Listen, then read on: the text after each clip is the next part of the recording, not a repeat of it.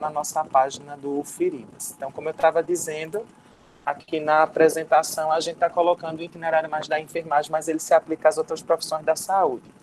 Eu vou começar a fazer algumas colocações. Se alguém quiser fazer alguma contribuição, tiver alguma dúvida, pode abrir o microfone e perguntar. Fica um pouco difícil de eu trabalhar no chat, porque o chat nesse momento ele não aparece para mim aqui online. Aí eu não consigo trabalhar num contexto tão direto, eu acredito. Eu posso tentar aqui ver se eu consigo. Deixa eu só olhar aqui a minha apresentação. Eu só consigo trabalhar dessa forma. Não vai conseguir aparecer outra coisa, não. Mas vamos lá. Então, deixa eu ver. Teve gente nova que entrou. Tem David aí. Oi, David. Tudo bom? Então, temos 40 pessoas aí. Acredito que todo mundo está dando uma geral, está conseguindo acessar. Então, vamos começar lá. Então, voltando para lá. Então, a proposta é a gente conversar um pouquinho sobre como a gente pode estar trabalhando o contexto da cicatrização em si no tratamento em feridas. Para trabalhar feridas, obviamente, a gente vai precisar discutir um pouco sobre como essa questão aconteceu ao longo do tempo, né? Tratar de feridas não é uma coisa que está presente na nossa atualidade. Não começou na última década, nem no último metade de século, né? O tratar de feridas ele já vem evoluindo ao longo dos tempos. Existem registros na literatura que o tratamento de feridas iniciou basicamente lá na era do Egito Antigo. Ou até a gente pode fazer um contraponto pensando nas populações indígenas, por exemplo. Essas populações, dentro da sua especificidade, cada um dentro do seu momento histórico, ela conseguia desenvolver maneiras de tratar dessas lesões. Essas lesões, em alguns momentos, elas poderiam ser oriundas de algum problema de saúde, e essa repercussão ser diretamente na pele, ou elas poderiam ser repercussão de algum trauma ou de alguma outra situação vivenciada ao longo do cotidiano. E é o que é que se pensava nessa época, que aplicar algumas ervas em plásticos, que eram basicamente assim constituídos, levavam a melhorar o contexto da cicatrização. Em cada espaço histórico desse, cada pessoa que era responsável pelos cuidados em saúde, ela tinha ervas, substâncias ou outras emoções que ela utilizaria no contexto de cuidar dessas feridas. E esse cuidado de ferida ao longo do tempo foi evoluindo, né? Essa evolução ela foi bem grande, tanto que hoje eu acredito que a maior parte de vocês reconhece, cada um dentro da sua área de atuação, alguma estratégia de tratamento de feridas quando elas se apresentam no itinerário de acompanhamento ou no dia a dia de vocês aí nos serviços de saúde ou no acompanhamento dos pacientes que vocês normalmente fazem aí nos momentos que vocês tiveram oportunidade, seja numa prática clínica, seja num estágio, seja no atendimento lá na clínica escola para o pessoal da físio, enfim. Hoje, a quantidade de lesões e as características que elas se apresentam são diversas, né? Então, fica muito difícil eu dizer que eu vou utilizar a mesma coisa para todas essas lesões que eu estou mostrando para vocês aí na tela. Na verdade, a gente termina tendo uma configuração completamente diferente, né? E aí, vamos pensar que ao longo do tempo, o tratamento para a ferida evoluiu porque hoje existem diversos tipos de condições que podem levar a pessoa a adquirir feridas. E aí a gente fica pensando, meu Deus, Diego, quando é que isso tudo vai acontecer? O que é que eu devo fazer? Como é que eu vou me comportar? Então, a proposta é que a gente comece a pensar a partir de agora que a principal intervenção do profissional de saúde deve ser no sentido de garantir uma melhora da cicatrização. E aí vocês estão vendo nessas imagens aí que cada uma dessas feridas ela necessita de uma intervenção diferente no sentido de promover a cicatrização a esse paciente. Então, a gente tem que pensar que primeiro a gente tem que compreender o que é a ferida e como ela se dá, para a partir disso a gente pensar como eu consigo promover a cicatrização. E aí, em alguns casos, eu vou precisar aplicar algumas técnicas antes de pensar na cicatrização propriamente dita. E aí a gente vai pensar que tudo que é externo, tudo que é estranho, ou tudo que provoca alterações teciduais, pensando em infecção, inflamação ou outros distúrbios, elas podem automaticamente interferir nesse potencial de cicatrização. Então, pensando no conceito, e aí a gente entrando mais, o conceito é de 2008, mas eu gosto de usar ele porque ele é bem bonzinho, sabe? Eu acho que ele consegue aplicar bem, resumir bem essa situação. Ferida seria qualquer coisa que interrompa, a continuidade da pele. primeiro passo seria esse. Mas a gente tem que pensar no que pode provocar essa interrupção, ou seja, quais os agentes que podem estar levando isso a acontecer. Então, eu teria agentes físicos, e aí a gente pode pensar num trauma, por exemplo. E aí o pessoal do primeiro módulo que está falando comigo lá de atendimento pré-hospitalar pode pensar nos traumas que a gente está falando lá na sala. O trauma pode ser mínimo, pequeno, moderado ou grave, cada um deles representar um tipo de lesão que vai ter um dano tecidual. O dano pode ser químico, no uso de substâncias químicas ou produtos que a gente utiliza no dia a dia, os dermocosméticos, por exemplo. Ele pode ser um trauma mecânico ou, eu gosto sempre de abrir esse último ponto, que as afecções clínicas podem levar ao surgimento de feridas. E aí a gente pode lembrar de doenças que vão causar repercussão na pele, por exemplo, doenças exantemáticas, doenças que causam lesões na pele, como pápulas, pústulas, exantemas, tá? Ou a gente pode lembrar de condições que têm como consequência um dano à pele. Então, por exemplo, uma pessoa que tem uma doença neurológica degenerativa e fica acamada. Então, vamos pensar num acidente vascular encefálico, vamos pensar numa pessoa que tem uma paralisia cerebral, vamos pensar numa pessoa que ficou com restrição em virtude de um trauma raquimedular, por exemplo. Então, essas pessoas, de certa forma, vão ter comprometimentos em relação à sua mobilidade que levam a uma lesão de pele. A gente pode pensar nas condições nutricionais também, por exemplo, a obesidade pode levar a lesões de pele em virtude do acúmulo de umidade nas dobras cutâneas. A gente pode pensar que o contrário, a desnutrição ou emagrecimento severo, e aí se eu estiver usando algum termo, você me corrige, errado, você me corrija aí. O uso essas situações opostas, né, dicotomizadas, elas podem levar a essa complicação aí bem grande no sentido da presença de lesões, tá? Então, é um tecido que é uma complicação que leva à interrupção do tecido e, nesse sentido, se gera uma reação orgânica que é, basicamente, uma reação imune. E aí a gente vai começar a pensar no processo de cicatrização a partir dessa reação imune, que é a partir daí que ele começa a surgir. E aí, a gente, antes de entrar nesse itinerário imune, nesse itinerário fisiológico, vamos falar um pouquinho sobre aquele corte histológico da pele, que ele é importante ser falado. Às vezes ele é muito chato de ser falado. A gente pensa que vai relembrar a anatomia, a fisiologia todinha, mas eu tento fazer de uma forma bem simples, só para a gente acender um pouquinho daquelas ideias que já tem lá no nosso itinerário normal.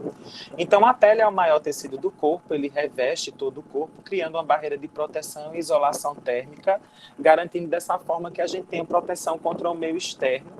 E aí, como está dizendo aí na apresentação, é o maior órgão que representa 15% do corpo, do peso corporal, e tem algumas camadas que aí eu vou discutir melhor lá no corte para a gente tentar ser mais preciso, tá?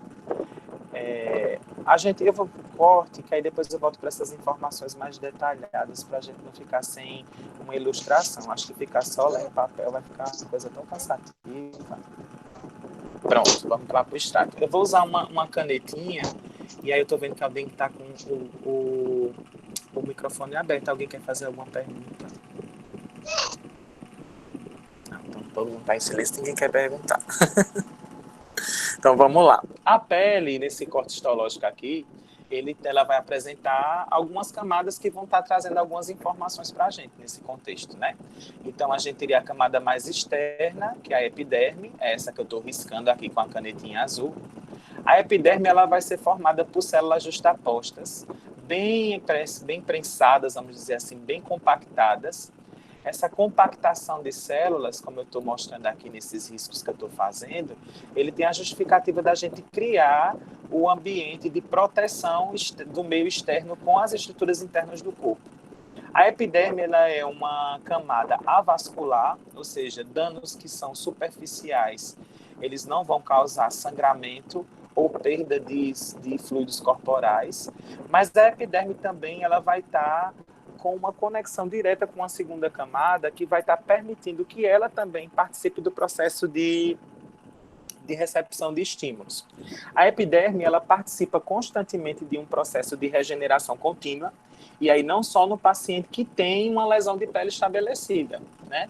Ela, por exemplo, nós que não temos a lesão de pele nesse momento, nós temos uma matriz córnea que vai estar se multiplicando e constantemente fazendo com que a nossa pele se regenere, ou seja, faça uma troca de pele, vamos dizer assim. Eu não sei dizer a vocês o intervalo correto dessa troca de pele, nem vou me arriscar a dizer para eu não cometer uma falha, mas para que vocês percebam por muitas vezes que a queixa da pessoa que pode estar buscando em vocês é em relação à pele estar descamando, despelando muito, e aí a gente pode associar isso a uma regeneração da pele que acontece fisiologicamente, tá? Na segunda etapa da pele, nós temos a derme. Aí eu vou mudar a corzinha da caneta para ficar mais fácil da gente identificar. Na derme, a gente tem, entre a derme e a epiderme, a gente tem a membrana basal. A membrana basal, ela seria o sustentáculo, basicamente, para que a epiderme se mantenha fixa e a derme consiga se aderir a ela. Na verdade, na derme, a gente vai ter uma diferença bem grande. Eu disse para vocês que a epiderme era vascular, aqui na derme eu já tenho uma quantidade de estruturas que aí vocês já começam a notar aqui, que estão bem presentes. A gente vai ter terminações nervosas bem estabelecidas, essas terminações nervosas, elas vão ser para dor, calor, pressão, certo? Frio. Nós vamos ter o desembocar das glândulas sebáceas e das glândulas sudoríparas, que vão estar ali nesse contexto também. Eu vou ter um dos receptáculos e sustentáculos para o folículo piloso e a geração e a sustentação do pelo livre lá no paciente que está fazendo na fisiologia normal da pele, desculpa. E aí essa etapa da derme, ela tem outra condição muito importante, que são os vasos sanguíneos. Esses vasos sanguíneos, eles vão estar nutrindo a derme propriamente e levando para a epiderme nutrição a partir do mecanismo de difusão de partículas, tá? Na camada mais profunda, aí eu teria aqui essas células inferiores, vamos dar a corzinha da caneta de novo.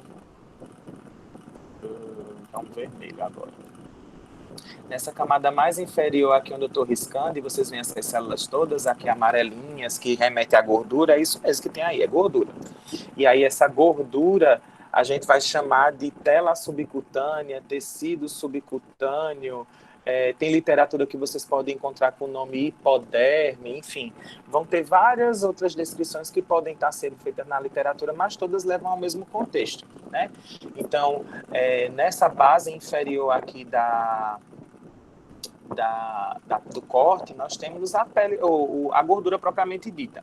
O tecido subcutâneo ele é rico em adipócitos. Esses adipócitos eles servem como reserva de energia para o corpo, não é energia primária, lembrando que a energia primária, e se tiver alguém de nutrição me ajuda, ela vem dos carboidratos de absorção rápida, mas a gente teria aqui nesse contexto uma reserva de energia na forma de gordura que serve tanto para a questão do acúmulo de energia, serve como isolante térmico e serve também como isolante mecânico para alguns traumas, pequenos traumas que a gente tem na vida diária de maneira bem simples.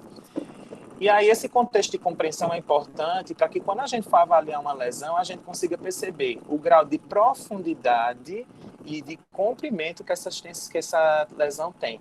E a gente vai dizer que a gente vai avaliar uma ferida pensando na superfície em metros quadrados que essa ferida apresenta no contexto em relação ao seu dano, levando em consideração as estruturas que são lesionadas no seu contexto de profundidade e ao grau de extensão, pensando no comprimento que essa lesão pode se apresentar.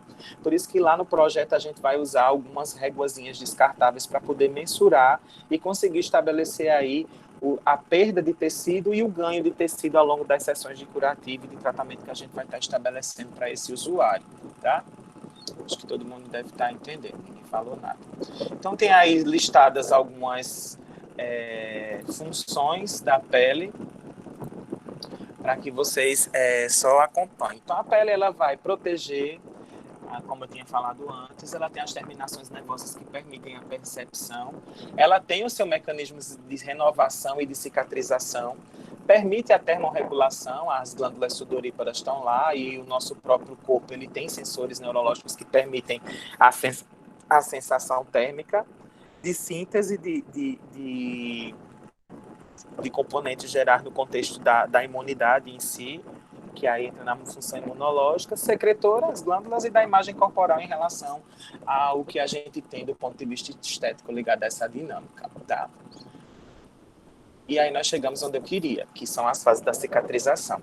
Então, a cicatrização ela é um processo que vai acontecer como forma de reparar o tecido e garantir com que ele se mantenha no nível de integridade e automaticamente eu consiga manter o corpo em homeostase, protegido. O que é que ocorre nesse contexto todo? Quando há um trauma, desde que pequeno, moderado ou grande, as células do corpo, no contexto do sistema imune, elas vão reagir a partir de, como está dizendo aí no texto, dos mediadores químicos que vão promover alterações vasculares e desencadear uma força imune para essas áreas. E aí a gente estabelece um processo de fases que vai ser importante para que o tecido ele saia de lesionado, utilizando o termo correto, até reparado, e aí uma escala que a gente vai poder estabelecer dias, e aí a gente vai pensar um pouquinho em como esses dias podem ser fidedignamente realizados, cumpridos ou não, tá? Então, a primeira fase que ocorre é a fase inflamatória, tá? Então, no momento que o indivíduo ele sofre uma lesão, se desencadeia um processo imune que gera um processo inflamatório local. Esse processo inflamatório local, ele vai levar ao surgimento de sinais flogísticos naquela área.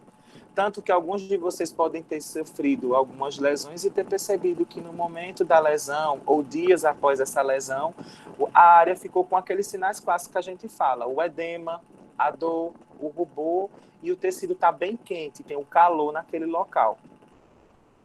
Então, esses são os sinais que podem se apresentar nesse primeiro momento, né? Desses dia 0, D0, a gente compreende que é o dia que aconteceu a lesão, e o D5 seria o 5º dia após a lesão. Nesse processo aí de inflamação, a gente vai ter essas células que estão descritas aí trabalhando no sentido de melhorar o contexto imune e pensando que, se a lesão se estabeleceu, houve a abertura de uma porta para a entrada para micro-organismos. A partir disso, o sistema imune reage pensando que qualquer coisa que tem contato com essa porta de entrada pode levar a uma instabilidade corporal. Então, os neutrófilos entram na jogada, pegando o tecido desvitalizado e degradando eles para que o monócito faça a fagocitose, né? Junto com os macrófagos, e aí os outros agentes celulares sanguíneos possam fazer a resposta antígeno-anticorpo, desencadeando receptores diferentes. Esse contexto aí, ele vai exigir do portador da lesão, ou de quem foi acometido pela lesão, desses recursos que estão descritos aí, energéticos e nutricionais. E aí, por isso que é importante o trabalho da nutrição nesse contexto. Um paciente bem nutrido, ele vai ter um aporte imune bom e, consequentemente, ele vai ter uma boa resposta no contexto da inflamação e de como a resposta a essa ferida no contexto da cicatrização e da contenção desses sinais flogísticos vai acontecer. Vamos pensar que aí a literatura estabelece um prazo de 0 a 5 dias.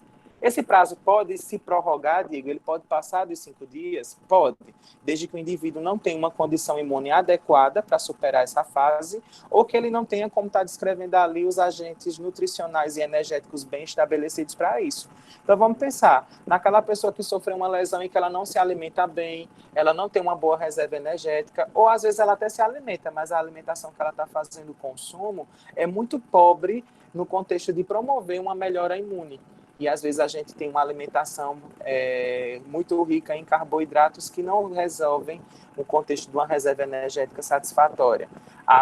O consumo de nutrientes dessa pessoa é muito pobre em proteínas ou em outros nutrientes que promovam esse contexto de superação inflamatória. Então isso tem que ser percebido também. Na dinâmica do projeto, quando a gente aplica na prática, o que é que ocorre? Por muitas vezes o usuário não tem um contexto de entendimento do que é que ele deve se alimentar. Às vezes é um usuário que passa muito tempo sem alimentação. Outra coisa muito importante, consumo de água, de líquido. Essas pessoas, por muitas vezes, não consomem o líquido. E aí, quando a gente executa a consulta de enfermagem, a gente consegue perceber esse contexto, trabalhar o contexto da orientação no próprio consultório, ou a gente pode fazer, por exemplo, a orientação entre todas as áreas de saúde. Hoje, no momento, a gente ainda não tem o grupo de nutrição envolvido, mas aí, por exemplo, o nutricionista ele cabe como assim, uma pessoa essencial nesse contexto. E aí vocês percebem que, nesse caso, a enfermagem ela tem um papel, mas ela não é tão determinante nesse momento como da nutrição.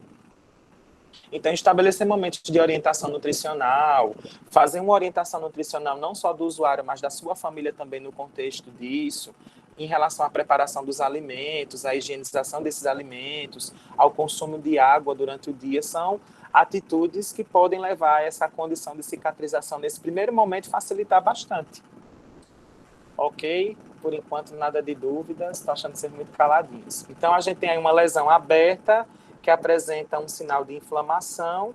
Lembrando que inflamação, nesse primeiro contexto, aí a gente pode dizer que ela é aguda, mas se ela se prorroga e gera outros sinais, além dos sinais flogísticos, a gente teria uma inflamação crônica que pode prejudicar e fazer com que essa fase fique estacionada. Se espera que no quinto dia, até o quinto dia, o paciente tenha superado esses sinais flogísticos e a gente já tenha demandas relacionadas a outras fases do processo cicatricial. Se o paciente ainda apresenta sinais flogísticos e começa a apresentar sinais de exudação na ferida, e aí, para quem não sabe o que significa esse termo, é secreção. Essa secreção ela começa a se apresentar de maneira amarelada, esverdeada, a ferida começa a apresentar um odor que não é o característico, aí a gente tem que começar a dar uma abertura maior nos olhos e na fiscalização, vamos dizer assim, porque isso pode estar começando a se configurar como uma complicação nessa lesão, tá? Vou passar aqui para a gente ir para a próxima fase. E aí a gente diz que Diego, Oi. então, nessa fase inicial da inflamação, já pode-se ter a necrose de tecido e a abertura, como está aí na imagem. Pode sim. Vou voltar aqui vou sair da apresentação para a gente voltar para a tela. Pode sim, pode acontecer a necrose. Quem é que está falando que eu não estou vendo? Larissa. Né? Oi, Isso. Larissa. Só apareceu tua fotinha. Larissa, pode acontecer necrose sim. Pode acontecer. Por exemplo, vamos pensar em pessoas que têm distúrbios cardiovasculares, como a população inicial. Vamos pensar no nosso hipertenso lá na atenção básica, ou aquela pessoa que, de certa forma, pode apresentar algum problema cardiovascular grave. Insuficiência cardíaca, outra situação. Um distúrbio de coagulação, por exemplo. Não só nesses casos, estou colocando esses como pessoas que teriam uma condição maior. Mas pessoas que apresentam essa condição de gravidade do ponto de vista circulatório, elas tendem a ter poder apresentar os sinais de necrose. E aí não só a necrose, mas, por exemplo, a infecção, ela pode acontecer nesse período. A gente, por muitas vezes, pode ter um cuidado direcionado de forma equivocada, e aí o que é que acontece? Essa lesão desenvolve as complicações em virtude desse cuidado mal gerenciado. Então, por exemplo, esse usuário não buscou uma orientação, especializada de um profissional na unidade básica, ou no hospital, ou numa unidade em que ele vai receber o cuidado, e aí, nesse sentido, ele teve a sua lesão feita em domicílio curativo, que isso acontece muitas vezes. Então, ele utiliza os recursos inadequados para isso, e às vezes ele acha que está reduzindo o processo inflamatório, ele está aumentando aquele processo inflamatório, pensando que ele pode utilizar substâncias que levem a aumentar essa inflamação, ele pode gerar um processo tóxico nas áreas de borda dessa lesão, em virtude de alguma substância que naquele momento não estava sendo adequada para o contexto geral da pele dele. Mas não só a necrose, outras situações de complicação podem acontecer aí também. Tá? Ok, obrigada. Respondi? Diego. Oi, David. Para mais ou menos uma dúvida. Tem uns autores que falam que nessa fase inflamatória acontece um processo de hemostasia. E tem alguns autores que até colocam essa parte de hemostasia como uma nova fase da cicatrização. Uhum. E aí, dentro disso que tu estava falando, às vezes, quando o paciente não tem, tem esse fator de risco hipertenso, e principalmente aquele paciente que tem um distúrbio de coagulação, essa hemostasia vai estar prejudicada. Exatamente, perfeito. E aí, com certeza, a absorção de nutrientes, por aí também vai ser prejudicada nesse caso, né? Por isso que ela evolui tão rápido para uma ferida crônica e evolui esses outros tecidos. Necrose, Isso. David, uma coisa que a gente tem que considerar e que é muito comum a gente encontrar na prática desse sentido aí que tu está falando, dessa hemostasia ser prejudicada, é o paciente diabético. Por exemplo, por que o paciente diabético tem a hemostasia da lesão dele prejudicada? Vamos lembrar que a diabetes, ela se caracteriza pelo nível hiperglicêmico, é alta quantidade de glicose na corrente sanguínea. Essa glicose, ela impede, de certa forma, que a ação plaquetária aconteça no momento da fase inflamatória, fazendo com que essa hemostasia seja demorada, criando muitas vezes na ferida um ambiente propício para a multiplicação de micro-organismos, e aí a gente tem uma ferida contaminada, às vezes nesse período do 0 ao 5º dia. E aí, gente, o que David falou é extremamente pertinente. Essa situação da coagulação é uma das ações que acontecem nessa fase inflamatória. Eu acho que todo mundo aqui, quando corta o dedo, tem uma pequena lesão, a primeira coisa que acontece é o sangue coagular e estancar aquele sangramento. A agregação plaquetária é um dos fatores que o sistema imune oferece lá na lesão para evitar que o sangramento continue e, de certa forma, a ferida faça com que o corpo perca uma quantidade de fluidos e, mais uma vez, se abra para invasão de agentes externos. Alguém tem mais pergunta? Está movimentado, 51 pessoas. O chat é aqui, os meninos tudo rindo. É bom o negócio. Beleza, eu vou voltar para a apresentação, já que a gente pode continuar, tá? Então, voltando lá para a apresentação. Eu estou usando só como guia para a gente, mas aí vocês podem fazer como o David, tá? E como a Larissa fez. Quando vocês quiserem perguntar, é só abrir o microfone e a gente vai conversando. Lembrando que eu vou publicar isso, eu vou ver se eu consigo publicar, que eu não sei lá no IGTV se aguenta esse vídeo, que vai ficar um pouquinho grande. E aí, depois do 5º dia, a ferida que a gente entende como fase aguda, e aí eu vou abrir um parêntese. Quando a gente tem lá no 0 ao 5º dia, vou abrir aqui um pouquinho, voltar, a ferida que conseguiu estabelecer um processo de cicatrização do 0, e de cicatrização não, de superação da fase inflamatória dos dias 0 ao dia 5, a gente vai entender como uma ferida aguda. Por exemplo, ô Diego, mas eu fiz uma cirurgia e o cirurgião me disse que eu deveria voltar lá depois do 8º dia pós-operatório por conta da cicatrização da ferida. Essa ferida é crônica? Não, essa ferida é aguda. Ela tem um tempo estabelecido para que a cicatrização dela aconteça. O que determina uma ferida ser crônica é uma complicação que vai fazer com que esse período não seja estimado. Então, por exemplo, eu digo que uma ferida operatória cicatriza no 8º dia pós-operatório, no 7º dia pós-operatório, eu tenho uma fase que eu sei que naquele dia a ferida vai estar cicatrizada. Ela ultrapassou a fase inflamatória, a de remodelação tecidual e de epitelização e chegou ao seu cume, ao seu ponto máximo cicatrizando. Quando eu olho para uma ferida e digo, poxa, não sei quanto tempo isso vai demorar para cicatrizar, aí eu já tenho uma ferida crônica, porque eu não tenho condições de estimar quanto tempo ela vai levar para se consolidar enquanto tecido, tá? Então, voltando lá para a segunda fase. A reconstrução é basicamente o processo do 5º ao 24º dia, onde aquelas células da reação imune, elas liberaram fatores que vão promover a reconstrução daquela área. Então, vai se formar um tecido chamado tecido conectivo ou tecido novo, que é esse que está aí na tela nessa lesão, que é um tecido de granulação. O que é que ocorre? Depois dos macrófagos fazerem toda aquela limpeza do tecido inviável, de haver a fagocitação do que realmente não é interessante para ter naquele leito de lesão, se começa a promoção de fatores na lesão que vão gerar novos vasos a partir de um processo chamado angiogênese, que quer dizer basicamente isso que eu falei antes. Essa angiogênese, ela gera um tecido com a característica úmida, feito essa que está aí na tela, rosado e brilhante. Esse tecido ele é muito sensível, porque, como eu estava dizendo, ele é constituído a partir dessa liberação de vasos e dessa construção de um tecido de nova conexão. E aí esse tecido ele está se estabelecendo, porque a partir dessa construção, dessa nova construção, vão ser sintetizadas substâncias e nutrientes que vão garantir a sua consolidação, através da síntese do colágeno e da liberação e da constituição e, vamos dizer assim, da consolidação dos fibroblastos em um novo tecido. Então, essa síntese toda de tecido gera o tecido de granulação, né? O tecido de granulação ele é muito sensível, e aí ele só vai conseguir fluir e ser gerado da forma como ele está aí nessa lesão quando tem um ambiente propício para ele acontecer. Ambiente propício seria o quê? E aí vem a interrogação.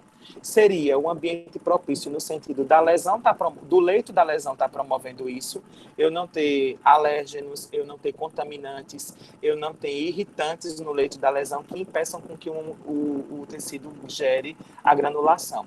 Vamos pensar que uma lesão como essa que está aí na tela, qualquer coisa que interfira na sua estabilidade, no seu equilíbrio, ele pode gerar um novo processo inflamatório e ao invés dessa reconstrução demorar 24, ela demorar muito mais dias. Um curativo que não foi trocado no prazo adequado, ele saturou e não foi trocado. A técnica que foi utilizada para trocar, e aí vocês da fisioterapia vão entender um pouco do que eu vou dizer agora. O paciente que tem um coto aí de uma amputação e ele começa a se apoiar nesse coto, fazendo pressão nele para poder se manter em pé ou se movimentando. Ele, por exemplo, o coto de uma perna, ele pisa no chão com esse coto para se apoiar. Ele tem atividades da vida diária que levam ele a lesionar essa área novamente. Então, tudo isso vai fazer com que essa fase de reconstrução seja atrasada. Para a enfermagem, quando eu falo do contexto do curativo, é que nesse momento aí o curativo ele não pode ser utilizado de força ou de pressão para poder fazer a antisepsia da pele e a desinfecção do leito da ferida. Nesse momento vai ser extremamente importante que a gente utilize medidas acessórias, como a irrigação da ferida ou o uso de substâncias que tenham um aprazamento, um tempo de permanência nessa ferida por mais dias, ao invés de uma troca diária, por exemplo. Tá? Então, a fase de reconstrução ela depende do paciente, do profissional, do que está sendo aplicado e aí voltando para a nutrição também do ambiente nutricional bem adequado, sabe? É extremamente importante, tá? A biomedicina e a farmácia entrariam como, Diego, aqui agora? A gente poderia ter a biomedicina entrando para a gente fazer a verificação de biofilme da microbiota dessa ferida, para ver se ela está desenvolvendo micro-organismos que são patogênicos e podem levar essa ferida a uma infecção ou a colonização, por exemplo, por algum micro-organismo. E a farmácia poderia entrar no sentido da gente trabalhar a manipulação de alguns agentes para poder melhorar o contexto de cicatrização. Aí a parceria direta seria enfermagem e farmácia, para poder a gente garantir aí um ambiente de tratamento adequado para essa lesão, né? E aí também na orientação do paciente. Oi. Fernando. Oi, Fernando. E a gente sabe que é importante essa questão do paciente, porque a gente vivenciou isso na atenção domiciliar. Quando a gente visitou a paciente da gente, que ela tinha feito cirurgia, tinha um coto, no caso, no membro inferior, e ela, acho que mais de 6 meses, se eu estiver equivocado, ela ficava, quando começava a cicatrizar, ela começava a mexer, meio que tocar a ferida. E com isso, demorou muito tempo para essa cicatrização. E até intervindo, orientando a ela, mostrando que era incorreto o que ela estava fazendo. A gente percebe que a participação do paciente no processo de cicatrização, participação ativa, é muito importante. Porque se ele não querer essa fase de cicatrização, essa melhora, não vai adiantar usando as melhores coberturas e as melhores curativos, porque meio que vai ser em vão. Então é todo um contexto que deve se trabalhar. Exatamente. Então, aí por isso que lá no projeto a gente não trabalha só a abordagem de chegar, fazer o curativo e mandar o paciente embora. A gente trabalha o contexto da educação em saúde, a gente interfere muito no grupo de hipertensos e diabéticos, que são as pessoas que podem desenvolver essa lesão. Mas, por exemplo, quando a gente tem um usuário que está indo para a unidade básica e tem a ferida, a gente faz a intervenção dentro do próprio consultório, dentro da própria sala, orientando sobre essas medidas. Por exemplo, tem uma das fotos lá no Insta do Feridas que fala da história de um senhor que é pedreiro e que ele tem uma lesão na parte superior do pé direito. E aí o que acontece? Qual era a dificuldade desse paciente manter um nível de cicatrização adequado? Era a questão higiene, corporal. Conhece, né, Luan? Luan foi quem acompanhou ele muito tempo. Então, qual era a dificuldade desse paciente em ter a cicatrização? Ele tinha essa ferida, gente, acreditem, por mais de 2 anos. E aí, por que a gente conseguiu cicatrizar essa ferida em menos de 2 meses? Porque além do contingente e intervenção propriamente dita, a gente trabalhou o contexto da educação em saúde. Então, a educação em saúde foi uma ferramenta utilizada de grande valia nesse sentido. Então, a gente orientou ele para medidas básicas de higiene, de orientar como é que ele poderia fazer as atividades do dia sem prejudicar a ferida dele, de orientar que ele, de alguma forma, tentasse, se pudesse, se afastar da atividade de trabalho, ele se afastasse, senão ele tomasse algumas precauções. E precauções simples, de, por exemplo, como a ferida era no pé, dele manter aquele pé protegido.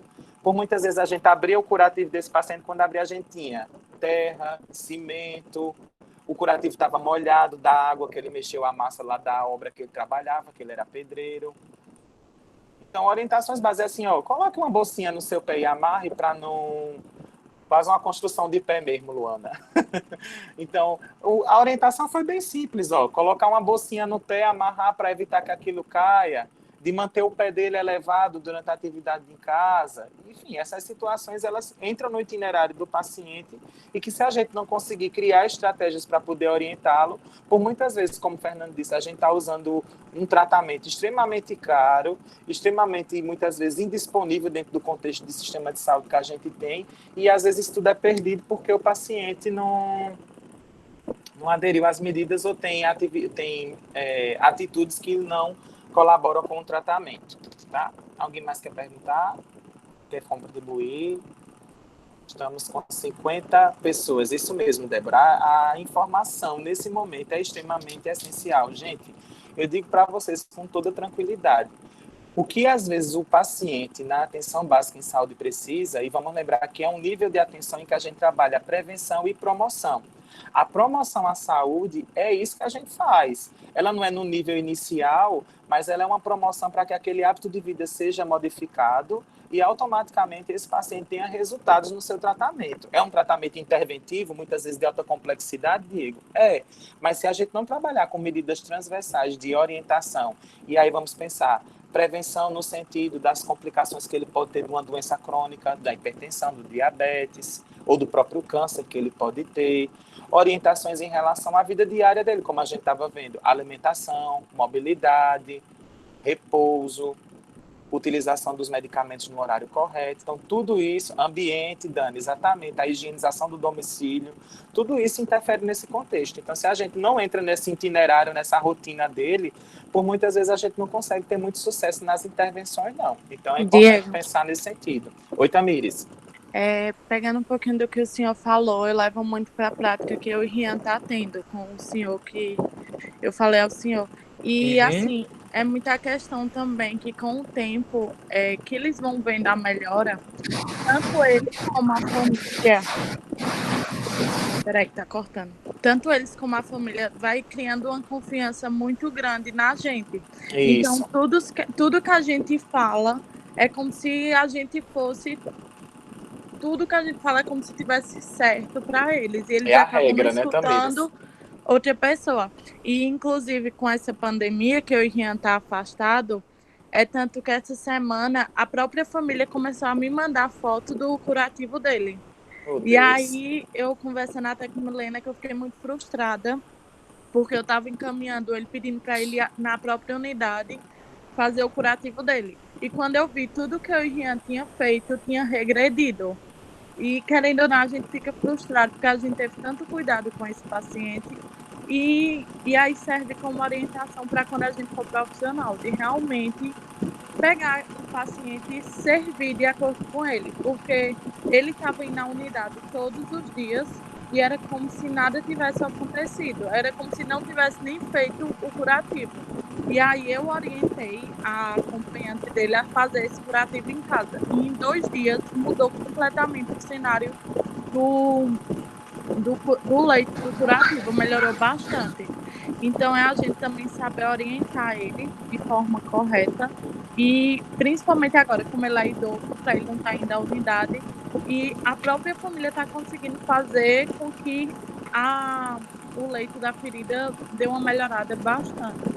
Que bom, Tamires. E aí, veja, a orientação ela pode ser tanto no contexto geral do dia a dia do paciente, mas aí, por exemplo, em tempos desses, como nós estamos todos em quarentena, nos cuidando nas nossas casas, essas pessoas não deixaram de ter a necessidade de saúde delas em relação à ferida. Eu acho que a atitude de Tamires foi a melhor de todas, no sentido da gente orientar o que é que deve ser feito.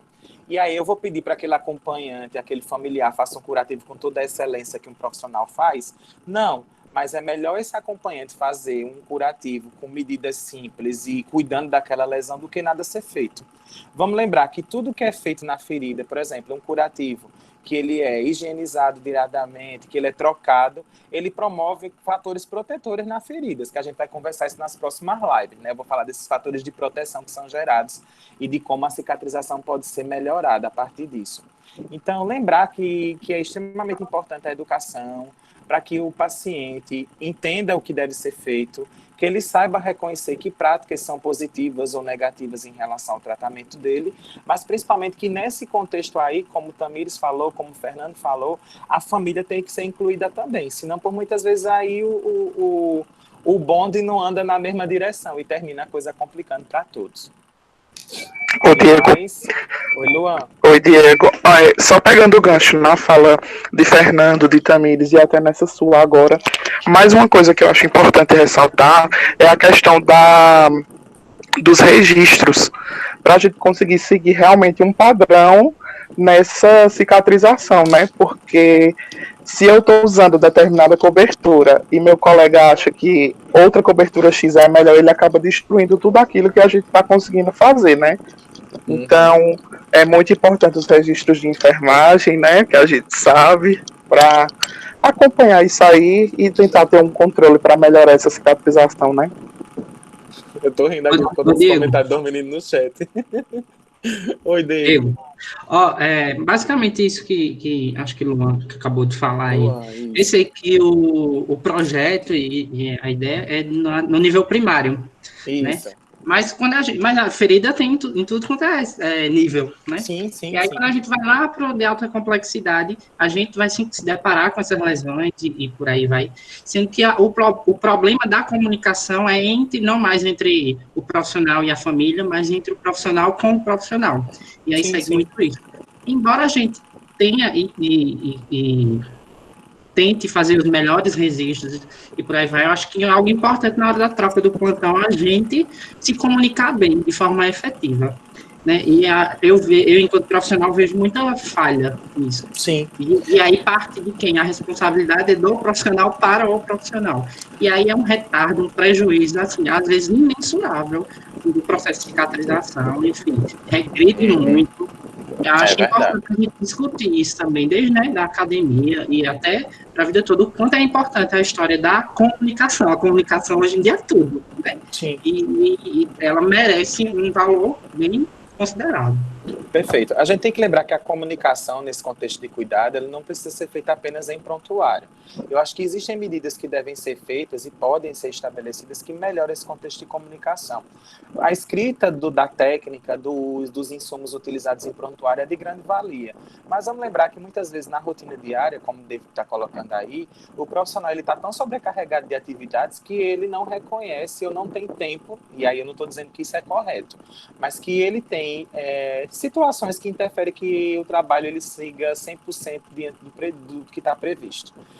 Eu entendo que o registro é de importância, e aí eu penso que outras estratégias podem ser feitas no sentido de orientar o paciente sobre o que está sendo usado no curativo dele. Aí, como eu disse, a gente trabalha no contexto de prevenção e promoção, empoderando o usuário sobre o que ele tem que saber sobre o seu tratamento. Então, se eu digo para ele que na ferida dele está sendo cobertura X com troca programada para tais dias, ele tem que estar ciente disso e perguntar e ter a autonomia, e aí é um exercício isso. Isso não é automático, não é apertar um botão do paciente que ele vai fazer isso. Mas praticar o exercício da autonomia e do próprio autocuidado nesse sentido, sabe? Do paciente ser protagonista. Ele não é a pessoa que só está recebendo o curativo. Ele é uma pessoa que pode opinar, dizendo que aquele curativo está apertado, que aquilo está atrapalhando no dia a dia dele, que ele não está conseguindo ficar bem com aquele curativo. Então, isso é um exercício que deve ser praticado por nós profissionais. Assim, tá bom, como é que a gente pode ajudar para isso melhorar? Entendeu? Esse é um primeiro exercício. Segundo, o que é que a gente pode fazer, e aí eu falo em relação ao projeto na unidade básica de saúde. Um dos contextos que promovem essa autonomia e a melhora da condição do usuário enquanto protagonista é estabelecer a consulta. A gente vê consulta para hipertenso, a gente vê consulta para diabético, para gestante, para criança. Não tem consulta para o paciente portador de lesão. Então, na atenção básica, a sala de curativo ela não deve ficar lá colocada como uma responsabilidade atribuída apenas ao técnico de enfermagem, não.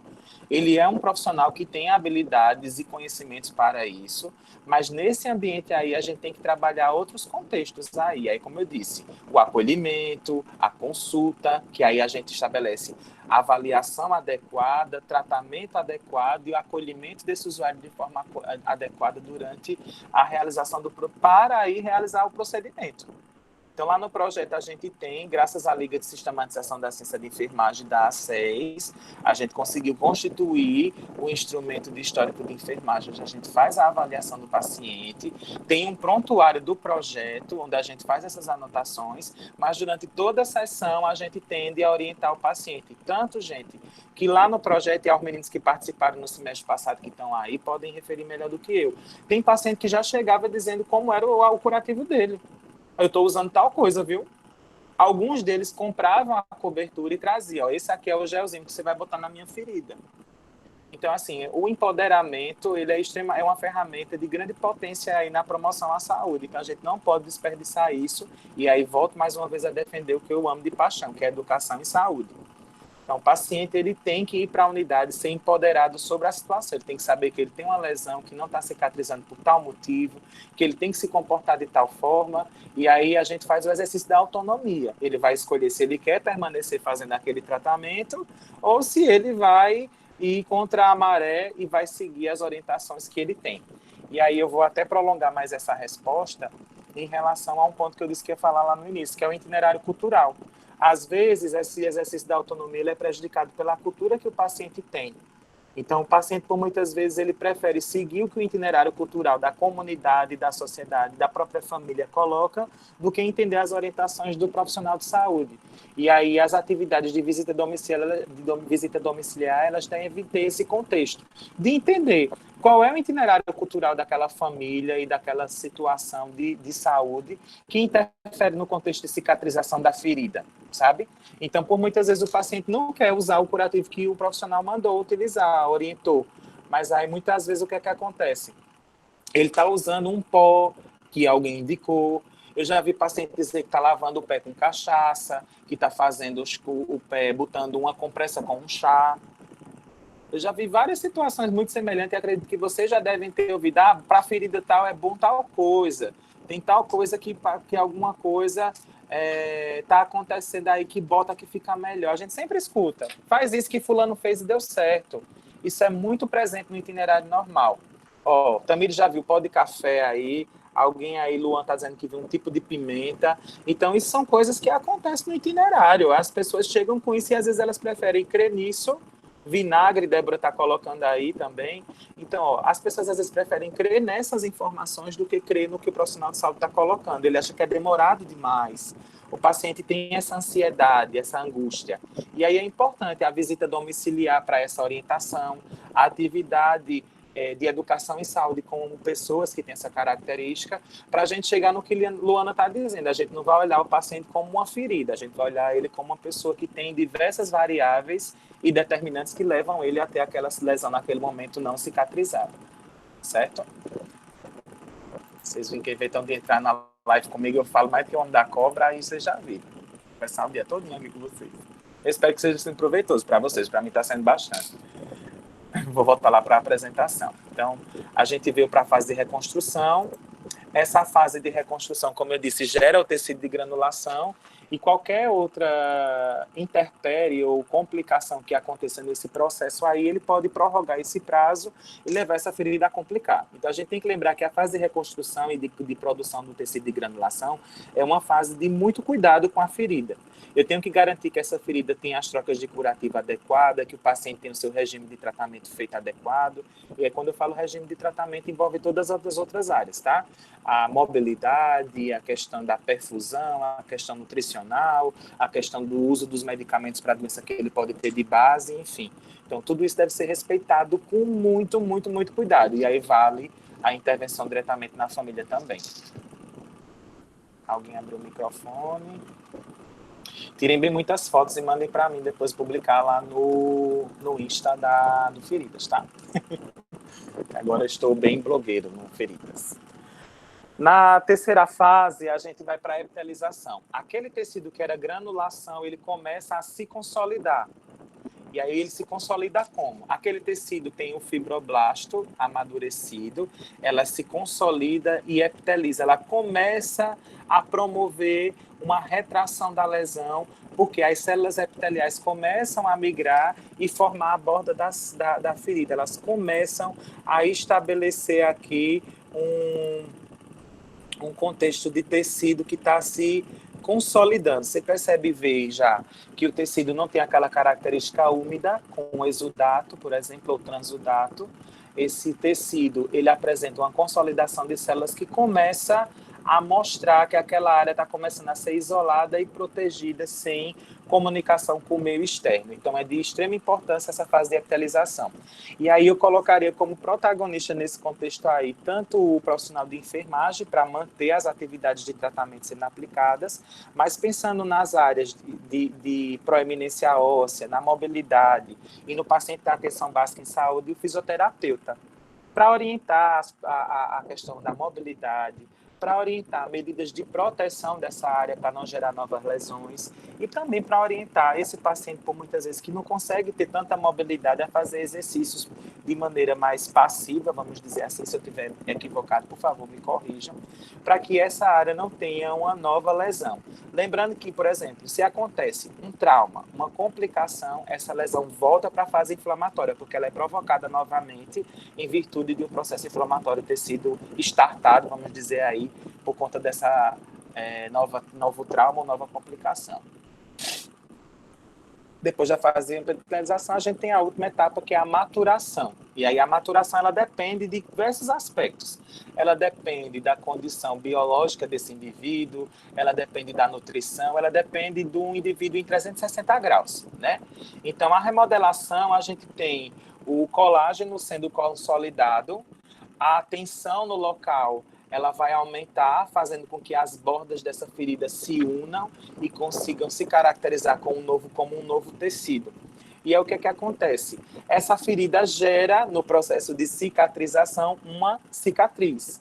E aí a gente teria aqui, por exemplo, nessa lesão aqui que eu estou riscando, uma cicatriz oriunda de um processo de cicatrização. E aí essa fase de maturação, ela pode durar de 24 dias ou até 2 anos ou mais, dependendo da extensão do dano que essa pele teve, das condições fisiológicas desse indivíduo, ou de como o seu itinerário normal, que a gente está conversando aqui nesse momento, pode interferir nesse contexto todo. Então, tem muita coisa que pode estar interferindo nisso. Então, é importante a gente lembrar que, nesse contexto, existem formas dessa lesão cicatrizarem. E aí a gente também precisa compreender até para direcionar um cuidado. A gente vai ter a cicatrização por intenções, né? Então, eu tenho a cicatrização por primeira, por segunda e por terceira intenção.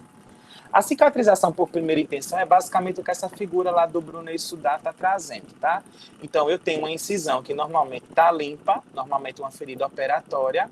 Essa ferida operatória, ela tem uma similaridade de bordas, de comprimento e de profundidade. Isso permite que o cirurgião ele aproxime essas bordas e faça uma sutura como meio de aproximá-las sem gerar unidades de vácuo ou cavidades que possam prejudicar o itinerário de cicatrização. A gente teria essa modalidade de cicatrização mais aplicada em feridas cirúrgicas ou feridas operatórias, como cada um quiser chamar. E no final de tudo, a gente tem uma cicatriz que pode ser chamada cicatriz em fio de cabelo ou cicatriz de ferida operatória, que a gente chama na prática. Essa aí a gente pode considerar como uma ferida aguda, normalmente ela tem o prazo de cicatrização e ela é muito fácil de gerenciar, que a gente vai ver nas próximas lives como gerenciar essa ferida, que é muito tranquila, tá?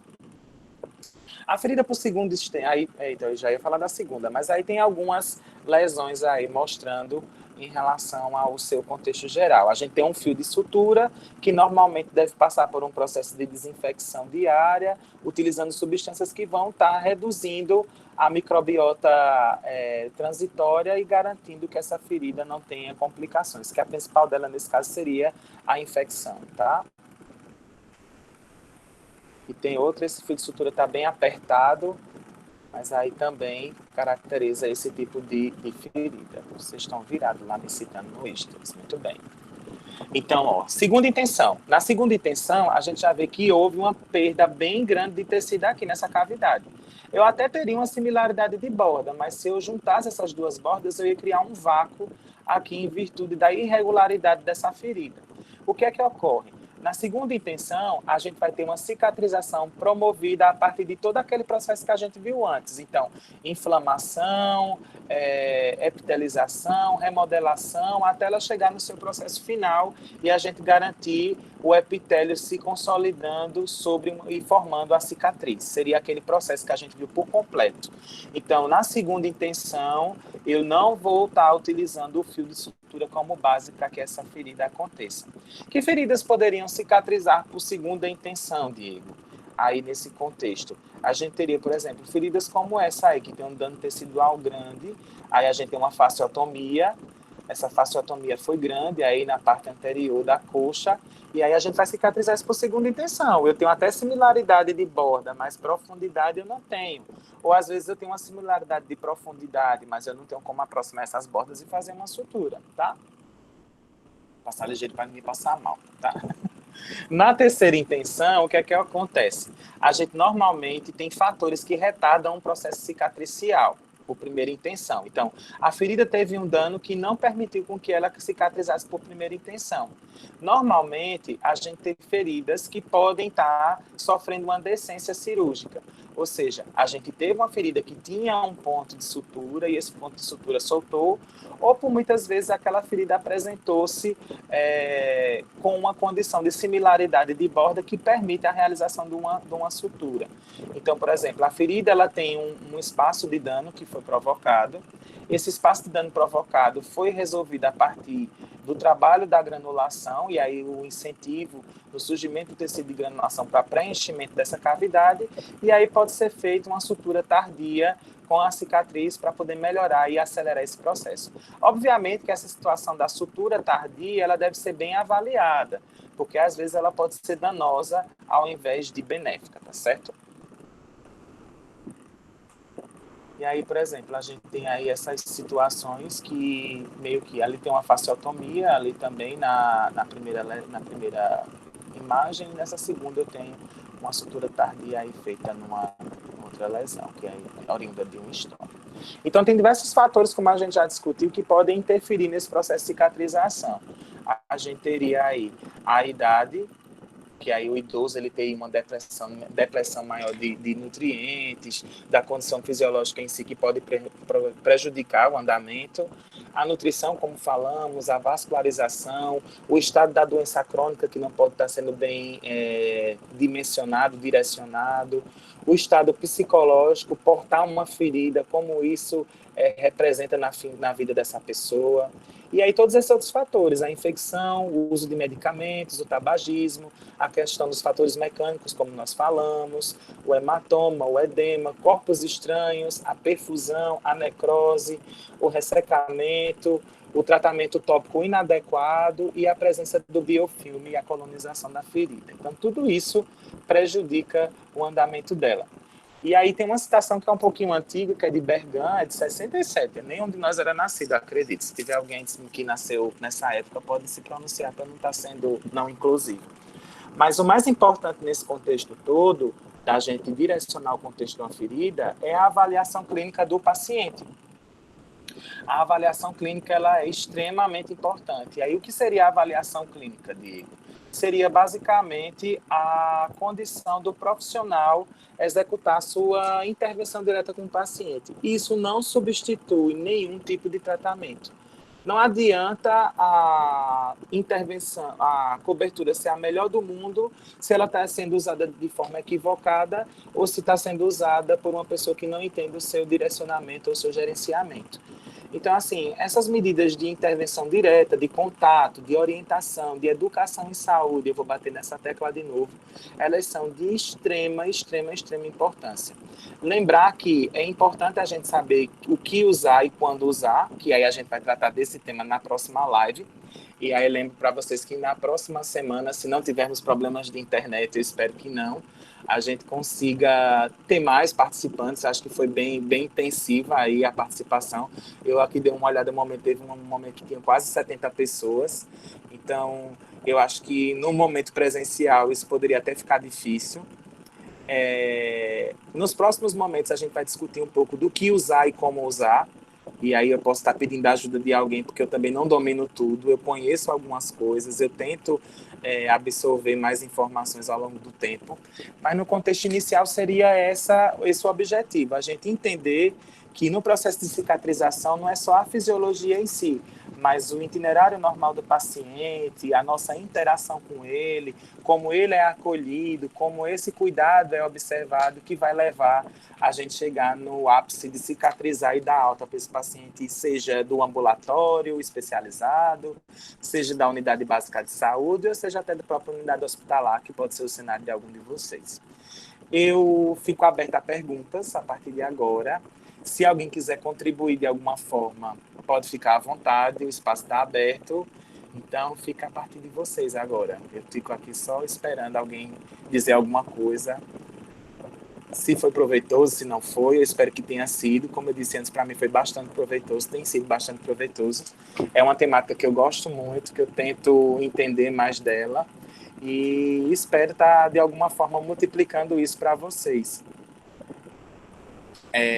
Eu vou tentar depois fazer o download desse vídeo, postá-lo lá na nossa página do Feridas. Se eu não postar no Feridas, eu vou tentar postar no YouTube e disponibilizar o link para quem quiser acessar, tá certo?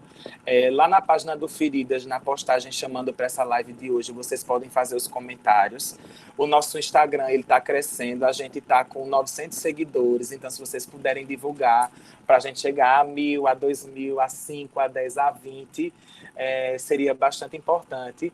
Então, tentem postar lá no story de vocês, incentivar que as pessoas sigam, aos profissionais de enfermagem, as pessoas que entendem sobre feridas também participem. Quem sabe, Gabi, não tem uma festinha de 1K para nós aí, em relação ao projeto, ou a gente possa até fazer uma live com alguma pessoa especializada em feridas.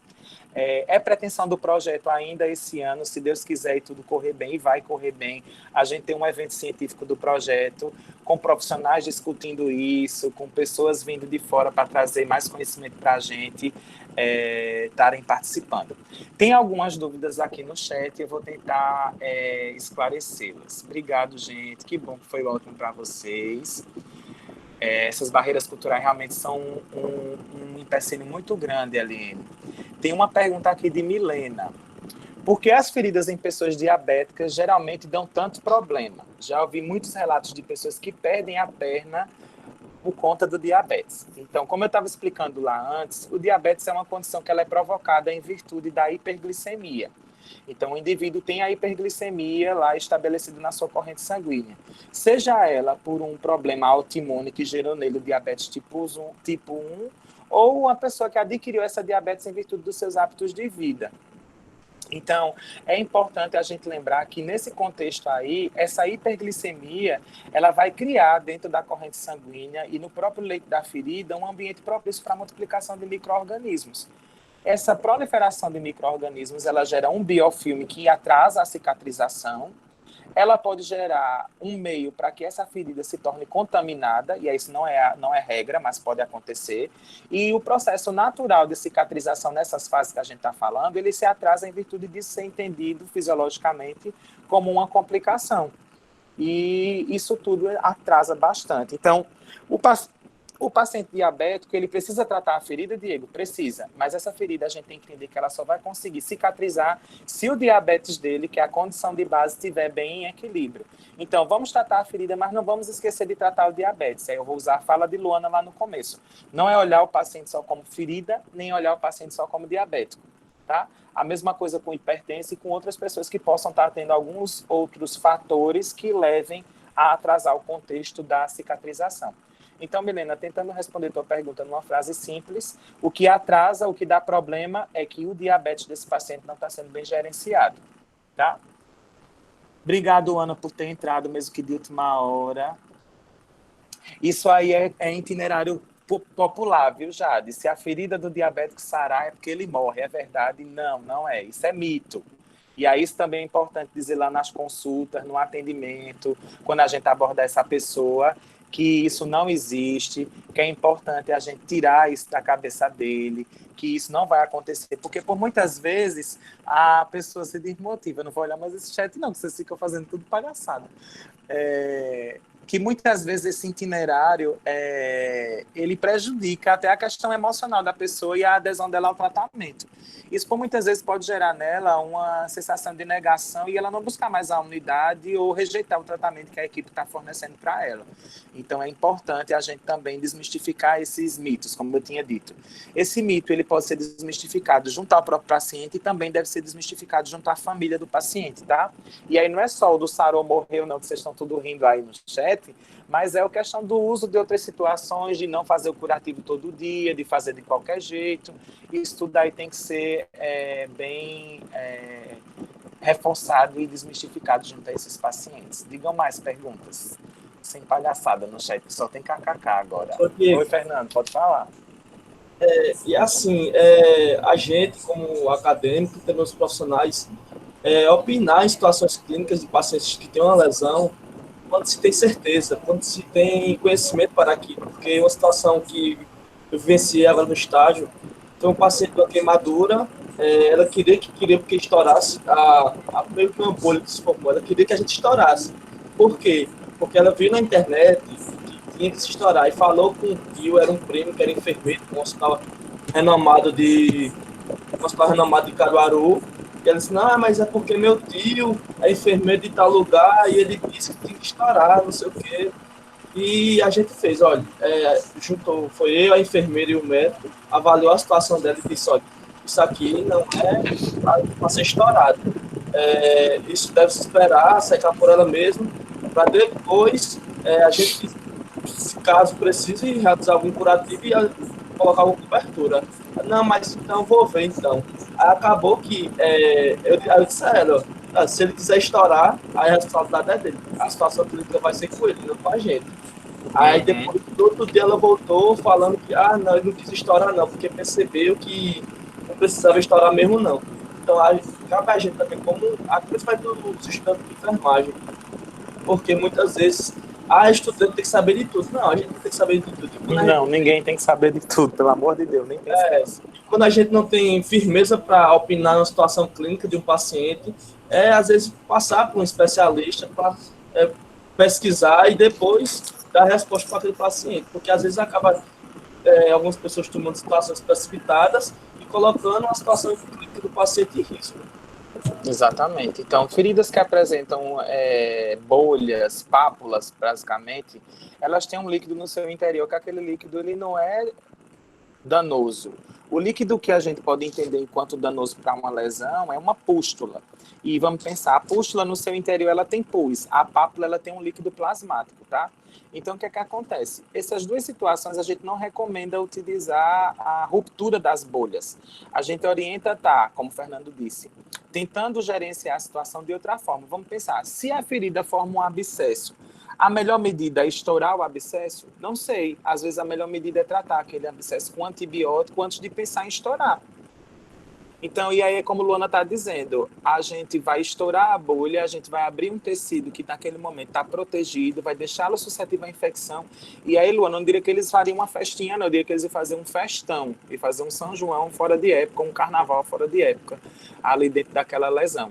Então, isso que o Fernando colocou é muito importante. No tratamento, não assumir aquela responsabilidade sozinho. Se você é estudante, está gerenciando um paciente com feridas, peça ajuda. Não, você é profissional, não tenha vergonha de dizer que não sabe. Eu acho que não é não é desmérito de ninguém dizer que não sabe ou que não tem a resposta naquele momento.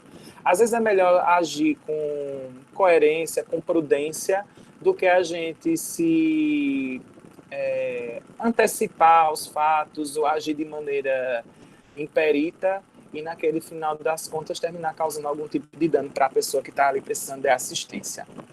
Digam mais, sem coronavírus, Luana, por favor. E depois ela voltou à unidade falando, vocês fizeram certo mesmo, porque depois secou, não tive nenhuma dor, porque a gente estava ali e viu que não tinha nenhum sinal flogístico, não tinha sinal de inflamação, não tinha estudado purulento. Então a gente percebeu que a conduta era esperar o processo normal daquela ferida, no caso, né? E tem um itinerário muito da ansiedade do paciente também. O paciente quer de todo jeito que aquilo termine logo. Quem não gostaria que sua lesão tivesse com um dano e de imediato a gente conseguisse resolver esse problema em poucos dias ou em um dia? Seria ótimo. Mas aí a gente também tem que se atentar para isso. Luan está dizendo que visitou um paciente no pós-cirúrgico, no estágio, que estava usando colagenase e uma cicatrização, segundo ele, indicado por um farmacêutico. No nosso itinerário cultural, existe também ainda a busca de assistência pelas pessoas nas farmácias. Às vezes, quem oferece essa orientação não é um profissional farmacêutico. Às vezes, é um atendente de farmácia que fornece essa orientação. Nesse caso, eu não tenho como explorar muito, mas o interessante é que a avaliação da ferida seja por um profissional que tenha habilitação para isso, que ele consiga entender dessa dinâmica. Se o profissional de farmácia está habilitado, ele pode sim fazer esse cuidado, não tem problema. Mas lembrando que pelas resoluções e pela própria lei do exercício profissional, a atribuição do cuidado da ferida é do profissional de enfermagem. Existe hoje uma resolução do Conselho de Fisioterapia e Terapia Ocupacional que também habilita esses profissionais para cuidar das lesões. Eu não sei se no contexto que a gente cuida, mas também tem uma habilitação nesse sentido. Reitero que eu desconheço, fique registrado, algum tipo de resolução ou a lei do exercício profissional do profissional farmacêutico para estar dizendo isso. Se houver alguma resolução ou determinação que fale sobre isso, por favor, me apresente para eu não estar mais relatando nada de forma equivocada. Em uma prática, utilizávamos soros. Pode utilizar álcool 70? Não se deve usar álcool 70 na ferida, nas lesões. Por quê? O álcool 70 ele vai ter uma característica irritante, tá? E aí eu estou falando de lesões dessas que a gente está trabalhando. Vão existir algumas situações que vai ser indicado o uso do álcool 70 por ele ser o quê? O álcool 70, ele vai conseguir tirar gordura, tá? Ele vai desengordurar e ele vai tirar algumas sujidades de superfície. Na pele, o álcool 70 não é indicado porque álcool, não sei se vocês sabem, mas quem trabalhar aí, se tiver algum biomédico, vai conseguir concordar, ou alguém que tem experiência em laboratório, vai conseguir concordar comigo que álcool ele é utilizado para fixar lâmina, fixar bactéria, fixar alguma outra coisa. Então, não é interessante usar álcool, tá, gente? Não é interessante. Digam mais. Então, usem soro fisiológico, pode usar a clorexidina degermante, lembrando, a clorexidina degermante aplicando na pele e retirando ela com soro, o excesso. Ela, por muitas vezes, pode ser tóxica à pele e causar abrasão, isso aumenta a área de lesão. Feridas operatórias, você pode utilizar a clorexidina alcoólica. Existem outras substâncias que a gente vai ver no próximo encontro que podem ser usadas para fazer essa desinfecção da pele, tá certo? Mas, de imediato, soro fisiológico ou a clorexidina degermante ou a alcoólica podem ser utilizadas, tá certo? E mais, bora lá. Isso, David, a gente pode usar o PHMB, mas eu não vou falar agora, vamos falar mais adiante, senão a gente vai entrar nas coberturas e aí a gente tá 10 horas da noite aqui falando de coberturas. Isso mesmo, Luan. Se a gente não tirar a clorexidina degermante, o excesso dela com o soro fisiológico, ela faz a irritação da pele e da mucosa, causando abrasão e pode abrir uma nova lesão ou aumentar aquela área de lesão. Temos mais perguntas? Acredito que já estamos há mais de uma hora aqui conversando. Não tenho aqui a ideia. Então, eu vou pedir a vocês, agradecer a vocês por terem participado desse encontro. Espero, mais uma vez, que tenha sido bastante proveitoso, que vocês tenham adquirido algum conhecimento ou informação que acrescentou aí no dia a dia de vocês. Mantenham-nos seguindo lá na rede social, no Instagram. Se puderem seguir o perfil do Ferida, seria muito bom. A gente pode fazer essa interação por lá também. Agradecer a cada um de vocês aí pela participação. Vamos em breve expandir esse universo. Peço desculpas aí a vocês pelo atraso. O Insta do Feridas é @feridas.a6, tá? Eu vou publicar lá no meu stories pessoal também. Se quiser me seguir no pessoal, pode seguir também. Mas é isso, Gabi, boa de colocar aí. Tem nada não, Renata, a gente vai fazer mais encontros.